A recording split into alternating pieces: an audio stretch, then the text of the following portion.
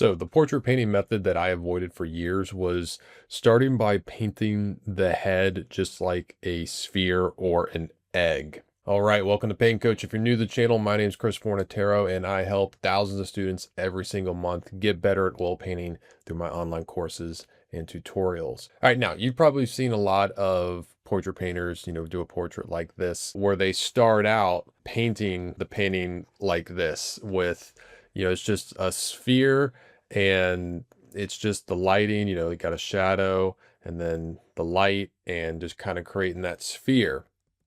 And I know a lot of people, myself included, are afraid to do this because they're afraid at how they're going to put the features on it. And I'm here to tell you that this is actually going to make things easier in terms of knowing where to place things. If you're afraid of like the consistency of the paint, like, oh, like how am I going to paint over that? I'm not going to, I'm going to put paint down and try and like carve stuff out and it's just going to mush in. It's not if you're doing things right. Like this paint here, it's relatively thin.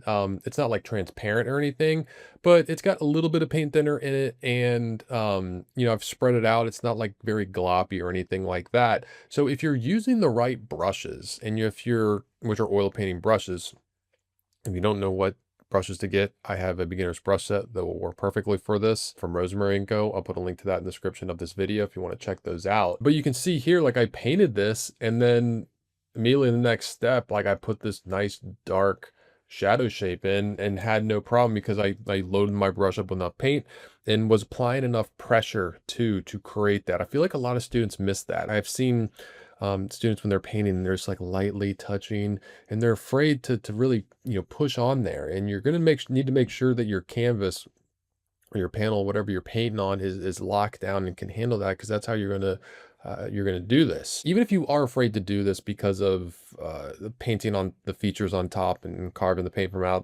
from there on out, just try and do this stage. Like that's my challenge to you is find a portrait photo. You can screenshot this one if you want and just paint the egg shape.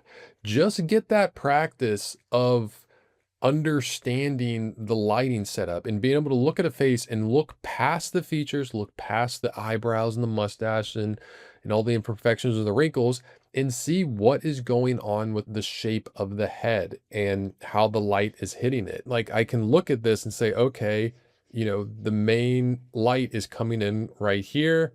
It's progressively getting darker and it gets even darker here, and then the darkest is right there, and then it starts getting a little dark again because it's bending away from the light. It's a sphere. Just understanding that, it's going to help you understand the form. It's also going to help you with the colors and skin tones and everything like that. And it's just such a great quick exercise for you to do. So, grab 5 photos. You can do these things pretty quickly if you're going to do it just to this stage and just paint it like a sphere or an egg. I think you'll be surprised at how much it's going to unlock in terms of changing the way you look at a head. All right, if you're watching this video and you struggle mixing skin tones, I've made a free skin tones lesson. Talk about the colors I like to have on my palette when mixing skin tones and kind of my thought process and method for mixing any kind of skin tone. If you'd like to check that out, I'll put a link to it in the description of this video.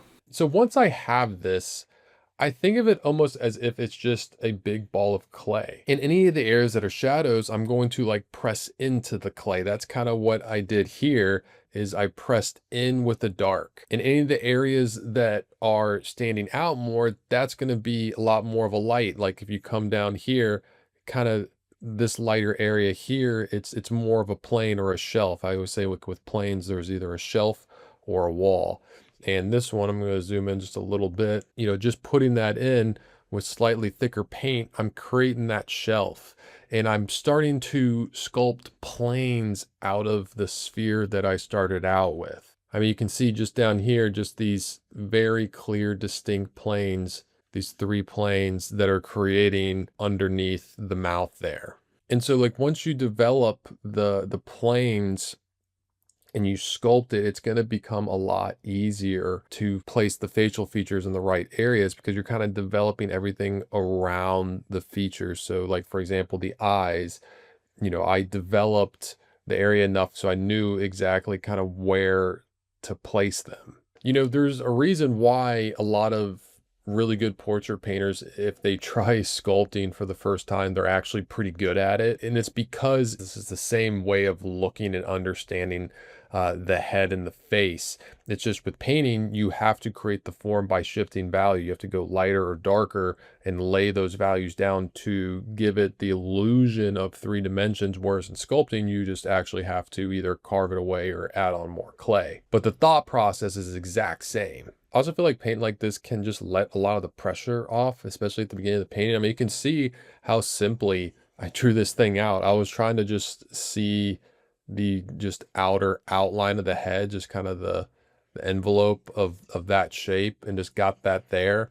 And then, you know, carved it in from there. You can see it wasn't 100% perfect. Like I still had to like bring in that side of the face there. And I think I ended up bringing it in even more kind of throughout the painting. But just starting big, it takes off the pressure. And I always say work big to small and also easy to hard, meaning figure out this big overall form before trying to figure out the small form of the nose or the tiny form of an eyelid or a mouth, because having the big easy forms is going to make finding the smaller forms a lot easier. So my challenge to you again is try this, even if it's just going to this first level. I really wish I would have done this a lot sooner. I would be a lot better than I am now at portraits if I had. I feel like that's a good indicator of what you should do. If there's an exercise that you're scared to do, chances are you really should do that exercise, because it's highlighting a weakness in your ability